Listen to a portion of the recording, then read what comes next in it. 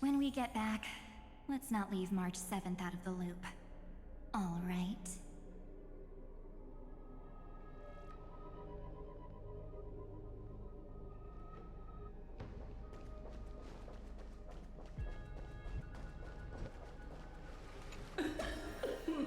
Pour me a cup, will you?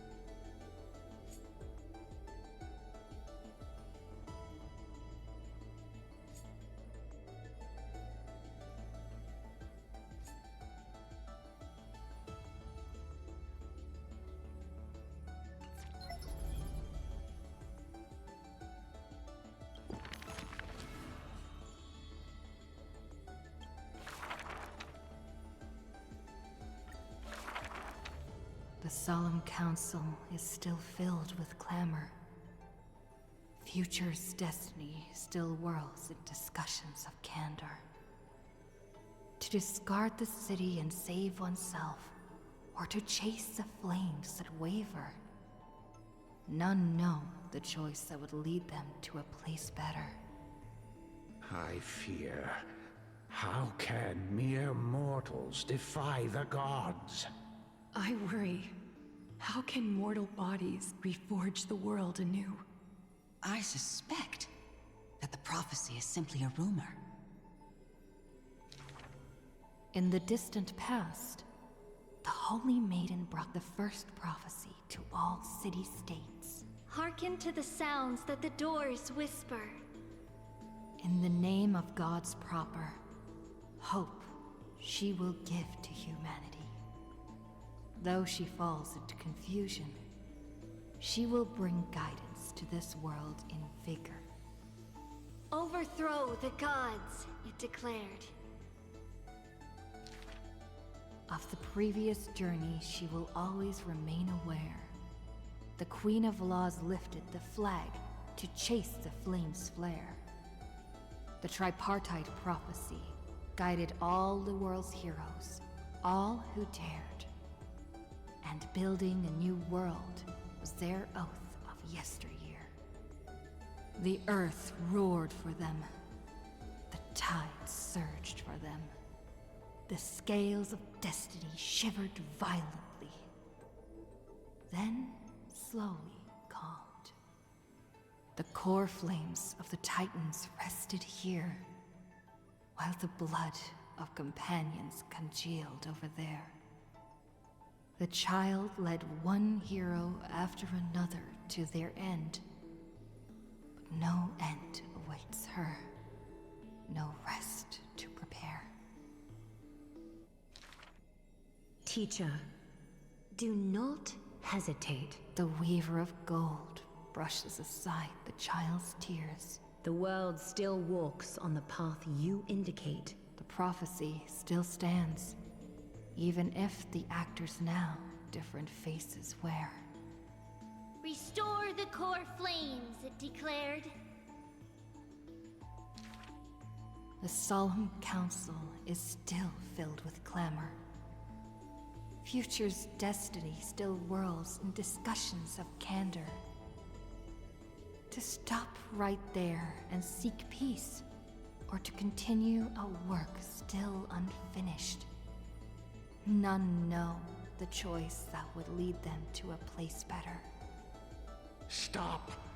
We only wish to live life as it is, no more. Cease! Our achievements already stand tall. Rest up! We only wish to live in peace and prosperity. The discussions today are the same as those in times past. Retreating now will forever deny us the future. The child has already conquered her confusion and fear. No longer before the mists of fate will she cower. Hearken to the sounds that the doors whisper. She travels through myriad passages, burning with determination, to once again bring light to humans through her endeavor. The children fly into the streets, wishing to encourage the residents' faith. Please, be not afraid. We will definitely bring you to a new home. Lady Treeby, Lady Trinin, please don't cry. Do not worry. We trust you always. The matron wipes away the tears on the children's faces. The praying ones piously bless them in faith. The lost ones take the children's hands, just as the prophecy guides their path. Bear the divine authority, it declared. Quiet Trinin has little to say. Lively Trianne loves to play, and well-behaved Treeby roams around all day. The people's encouragement rings sincere. The Chrysos heir's companionship lasts through the years, and Mother's embrace warms up every dream. Thus the child understands, thus the child accepts, though countless farewells on her shoulders weigh, though destiny's blood dries like clay. There will always be passageways, filled with warm sun rays, that silently open to them in future and past days, and from them a voice says, Forge miracles, it declared.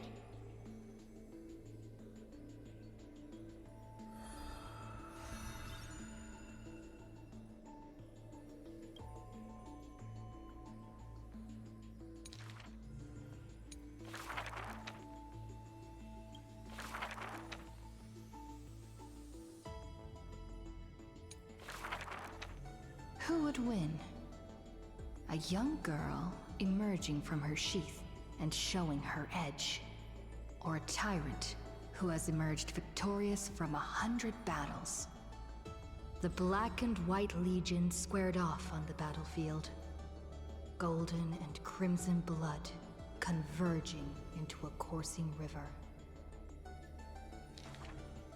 The leader herself actually dares to step forth and face peril? The tyrant charged toward the exposed gap in the king's flank, and instantly fell into a trap of raging flames and iron rain. On the board, the king too is but a chess piece. If the king does not lead, how would any dare to follow? She lifted the king of the crystal pieces high, as though proclaiming the ascension of a new king. Who would win? The holy city that stood for 1,000 years? Or the foreign city-states invading from 1,000 miles away? Hollow hatred ignited the flames of war. The besieged walls of Dawn tottered. Only a miracle can save us now. The cowardly elders barred themselves behind closed doors. while the trembling citizenry knelt and prayed. There is no need to panic. The miracle is already here. Under the banners dancing like waves, the burning crown shone bright as the wheeling constellations. Who would win? The general who saved the city, or the high and mighty with their privileged authority? The guillotine fell, severing the Elder's life. The whispers dissipated, and the scales of victory tipped. From this day forth, I shall bring justice to the holy city.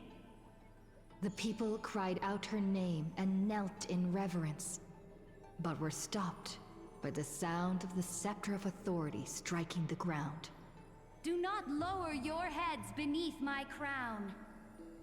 This was the first, and also the only Imperator. Who would win?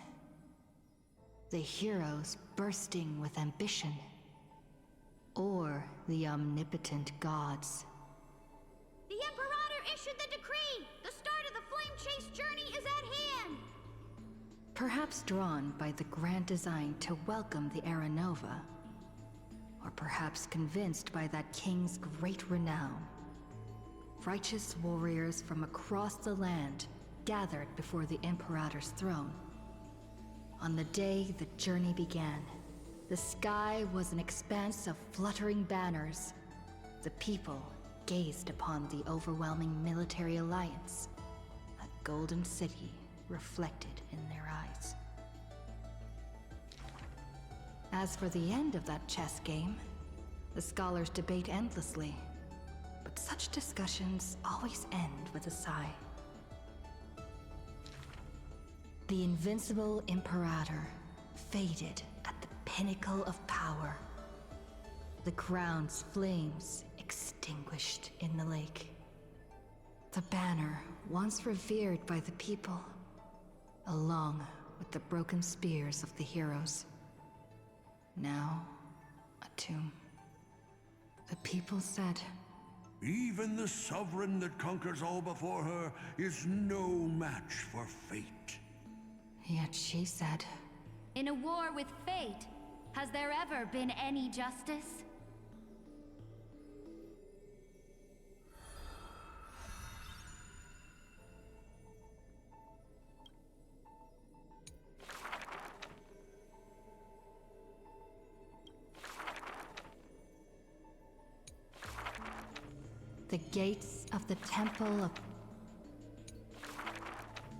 The gates of the Temple of the Three Fates gently open on the day of prayer, and the crowd crouched, whispering like the tide. The priests of Yanis listen to the prophecies.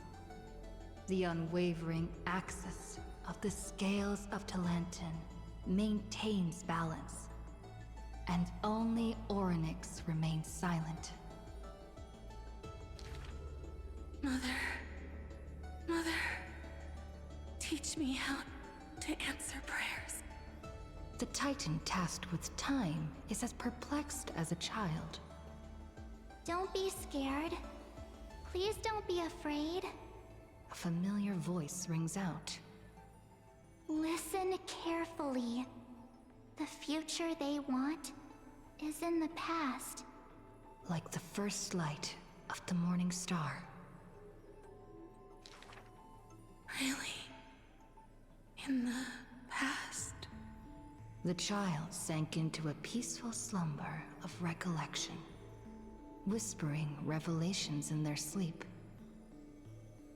Until the masses crying out amidst the flames of war were swept away by the sounds of sharp swords locking. The fires of ambition incinerating the law. Mother, usurper, assassinate the divine body. Memories are tightly entangled by nightmares, with nowhere to run. Don't be scared. Please don't be afraid. An unfamiliar voice rings out. Go to sleep. The ending they want is yet to be born. Like the warm glow of the setting sun. Really? Not here yet? The child continues to sleep, waiting for the next waking dream. And when they opened their eyes, 2 of the 3 fates who once received offerings had already faded from the pages of history. Mother! I'm already all alone. The child let out a helpless cry. Don't be scared. Please don't be afraid. A familiar voice rings out in the mirror. Just wait. The stars that illuminate the night will visit in the end. Like gentle moonlight. The gates of the Temple of the 3 Fates now close tight. People no longer pray to a titan who cannot touch the world. Within the inescapable dreamscape, the flower stems nourished by the black tide serve as a swaddling embrace, drowning the young child's soul. Mother, help me leave this place. But this time, they didn't receive a response. Only long years of yearning and pain. Like the silence of the Evernight. Days and nights passed. The years turned. Dust covers the glory of the past. The priests have forgotten this titan. Waiting. Hate waiting. They watched over the slumbering sprite, gazing at the dull mirror. But a fleeting mirage flickers in the mirror. The shining stars and the lights of the home. And a strange yet familiar voice. Wake up! Our familiar old friends have already arrived. Like the newborn dawn.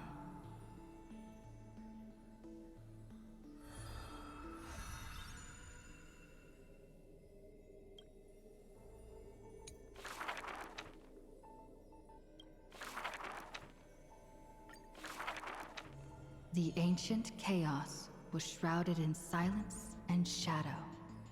The giant dragon's offspring was born from the earth. Sweet dreams had smothered the giant dragon's eyes and ears. And as they slept, the 100 eyes of Aquila had already opened. And Fagusa had begun to stir the playful waves. Yet Giorios remained weighty and silent.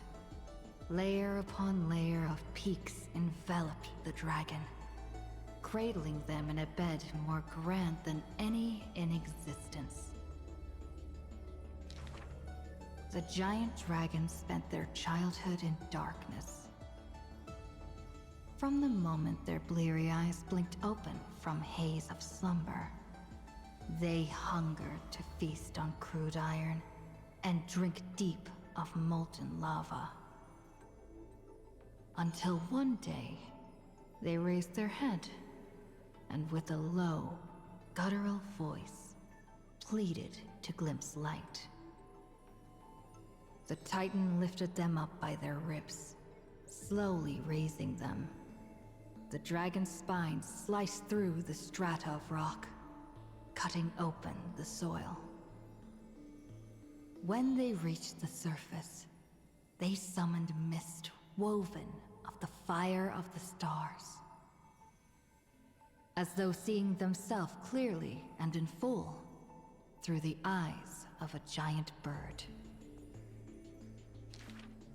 The giant dragon walked the earth alone. The Titan knew they were lonely and terrified too. and so sculpted new beasts from flesh and bone. In that wild, barren world, the giant dragon led the beasts of the earth.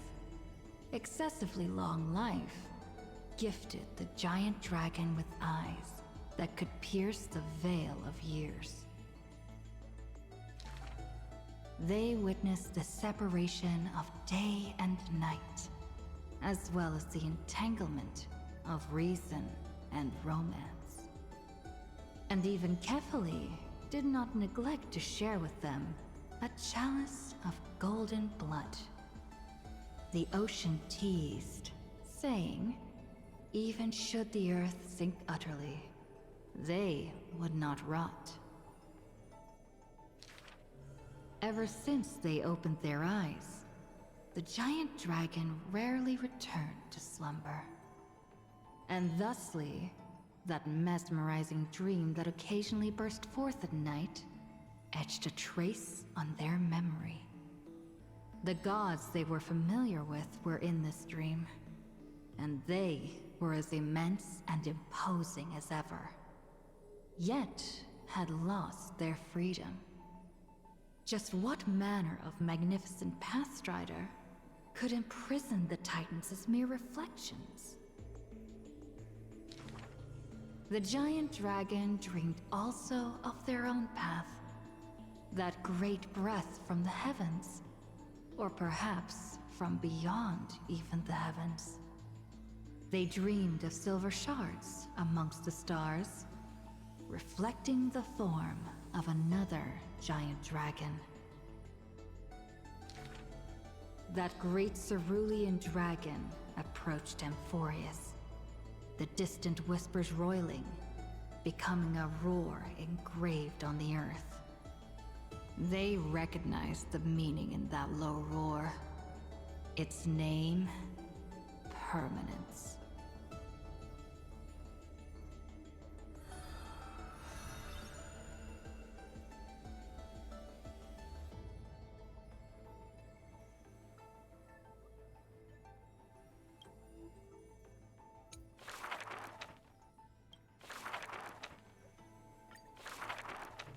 The black tide that blotted out the sky surrounded the city walls. The soldiers manning the walls battered from battle. Melodious chords of music were suddenly heard. A single swordmaster had overcome the waves of enemies. The song flowed from betwixt the blades, breaking through formations as a dorsal fin cleaving the waves. When the last wicked beast finally fell, shattered into pieces amidst the sword's dance, the Frostblade bore no trace of blood.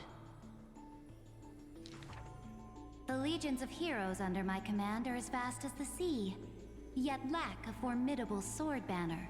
The commander extended a hand, inviting the musician to join. Should a fish separated from its school glimpse a faint glow, it will swim toward the light. The swordmaster clasped the commander's hand, as though gently grasping the hilt of a keen blade. When the spray of her waves extinguished the fires of war from the holy city, a golden name was engraved upon the stone pillars. The former commander burned the crown to become king. High Sealands, brave in battle, triumphant in command, I grant you the title Dux Gladiorum. Let us all forge ahead together. During the banquet after the battle, the weaver tailored for her a splendid dress, and the commander poured her honey brew. Her golden-blooded comrades gathered about her, chanting her new name, urging her to play that splendid music. The candlelight danced and mingled with flowing drink, swords and song ringing out in unison. Yet none knew that was once a lonely melody from the deep sea. The music of revelry continued for a long time, until the whispers of conspiracies were buried in the songs, until the roars of lethal struggle shattered the music. Legend holds that they who bear the weight of a pillar shall one day return to where it stands. Those who tug at the earth shall end amongst the mountains. Those who sow dawn and dusk shall remain eternal in the sky. And she would once again return to the pitch-black sea. And she would once again sing her music alone. The bountiful ocean, with the banquets of bygone days, stir as futile bubbles at the bottom of a glass. Many years later, the song once played by that swordmaster was played by future generations in the Holy City. The people knew the demigod of the seas was still a noble captain. She possessed peerless swordsmanship and a song that is passed down through the ages. It was just that she had long since vanished. Guests at the banquet sometimes spoke of her, but it was only a prayer between their cups. High Sealands, melody of the waves, bless our night that we may drink deep and dance till dawn.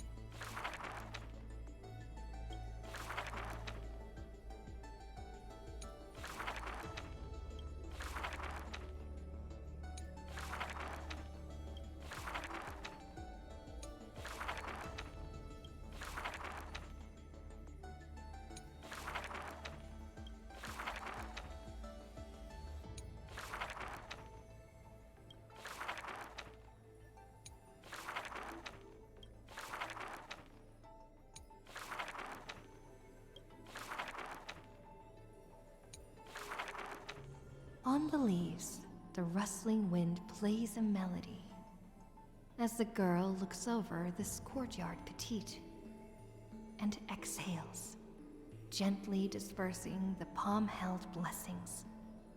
The entire yard is lit softly, like a dandelion bathed in sunlight.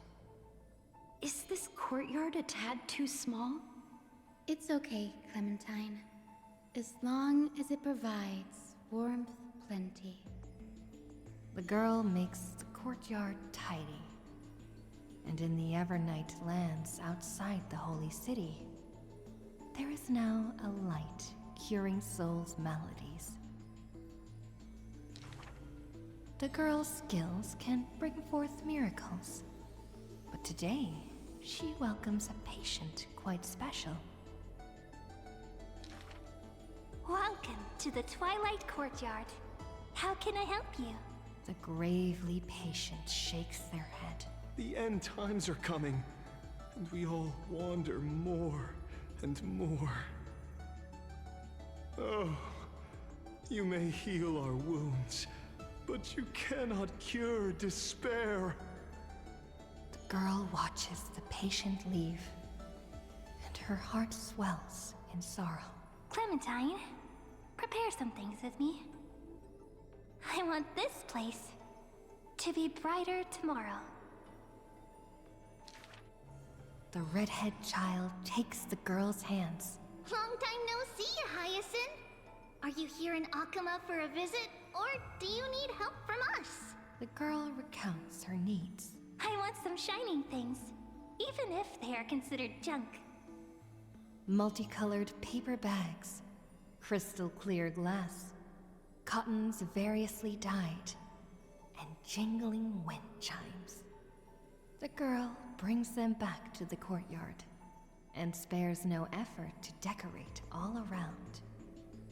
And when some fireflies wander in, the girl is all smiles. Little ones, thank you for your light.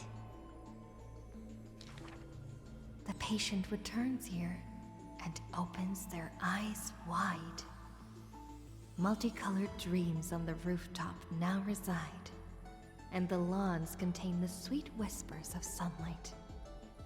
A soft breeze passes with no hint of cold, only serving to wake the playful chimes and ocarinas of delight. Wow, there's light everywhere. What a warm place. The news is soon spread by the grove, and people with empty hearts visit in droves. The girl prepares candies and tea and listens to every visitor's complaints. People say there was once a star called the sun in the sky, but now that star is no longer there. People say that Aquila took away the world's light, but they still left behind a heart bright to illuminate this happy dream in the night. Like the blizzards in the month of mourning, doth calamity fall, burying warmth and dawn's calls. Orderless tides swallow up the grove of reason, and that tiny, healing haven is also extinguished, broken and barren. When the girl, far from home, hears of such grave news, the wind brings her a moment of confusion. But it also evaporates the tears that briefly sparkle into being, and the girl still smiles, bright and happy. Soon, the people of Akama see once again the girl collecting more pieces and tokens, wanting to rebuild that pure haven. But she never realized that wherever she stood, she herself was that holy courtyard, that light-filled haven.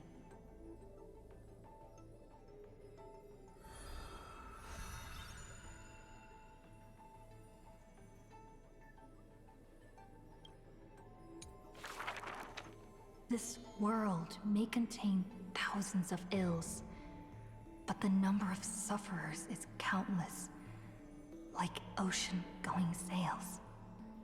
The father and daughter who inherited the sky wander this land's paths, and throughout the cities, they heal the unwell. Heirs of the sky who once reveled in martial might, why do you now soothe the world's blistering blight? The doctor responds with a smile as he cures the injury's agony. Father, why did our ancestors revel in warlike might? Because they only have a sorrowful past of lamenting wails.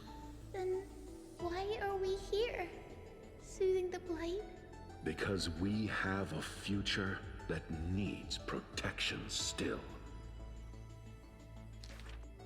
The priest who parts dusk from dawn collapsed the sky and sealed her wings, and dwells in a place where time itself mends, bearing the promise to return to the Zenith Supreme. This is the Twilight Courtyard's story. And the father tells his daughter the tale of their line, next to the bonfire, lit in the wilderness where winds pine. Though he had told the story many times before, a light in the girl's eyes still shines.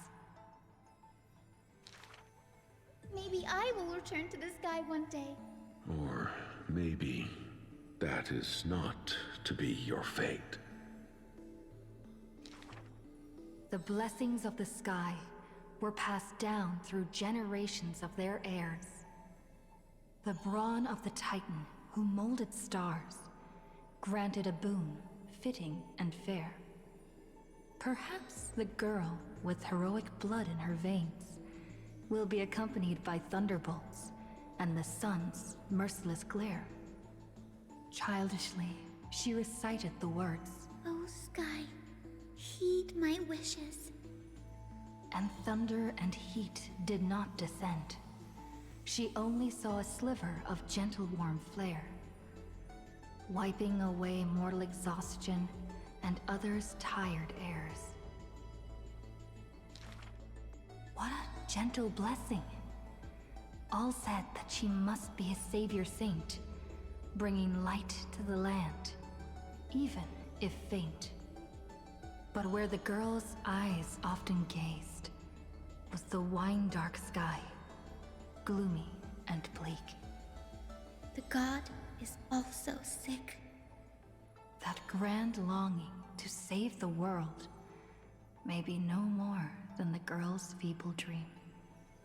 But her father treated it as his greatest treasure and taught her all the ways of potions and creams. That girl therefore always accompanied the gentle master of healing and repair. And she brought glowing faint light to the night, dispelling pains and mending the world's pitchy blight. Father and daughter often rested in the silent courtyard under the giant tree. Yet today, at that place, only one solitary figure can be seen. On that night, the healer spoke to a visitor throughout the night. On that morning, he bid farewell to his daughter for the first time. He will heal the ill at a faraway place, where the end of days approaches, and no family of his should follow. You have learned the craft of healing, and understood the blessing. But a light more radiant still is needed to heal the entire world. The departed healer never returned, and the girl never left. And that rather lonely courtyard stayed silent as it was before.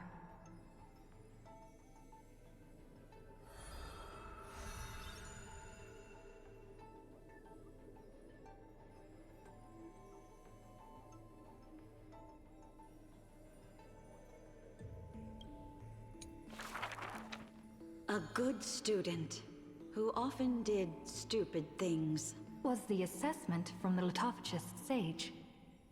An excellent healer, who fails at all scholarly means. Was the assessment from the noticed sage. A shining child who also burns away her own life's rays. Was the assessment from the erythrokeramist sage. A fool who was always wreathed in smiles, while drowning in a weighty and pitiful dream. Was the assessment from the Newsporist sage. The girl had visited all the schools during her time studying at the Grove. She refused to become a scholar, despite her exemplary grades. Instead of increasing this world's knowledge, I prefer to reduce its pain. While the sages faced her words in silence, the Newsporist sage alone decided to hire her as assistant post-haste. An apprentice who spends wisdom is more precious than scholars who hide knowledge away. The faded twilight courtyard, long eroded by time, now shelters a girl, the sole heir of her lineage. Loneliness accompanied her days, till the sage of the Caprists visited her and brought her a chromatic pony with a grin. It may be the Eye of Twilight's creation in times gone by, for it shines with the sky's rainbow hues within. Could it be the warlike winged beast of her father's tales? But the sleepy, dreary-eyed pony before her was soft as freshest plucked cotton. The girl still took this gift, for from the little creature, she smelled the scent of clouds distant. If it weren't for her, I would have suffered more accusations. The Newsporism sage says in admission, the scholar is coming to deliver arguments and reproach, often stopped before the door, not coming to fruition.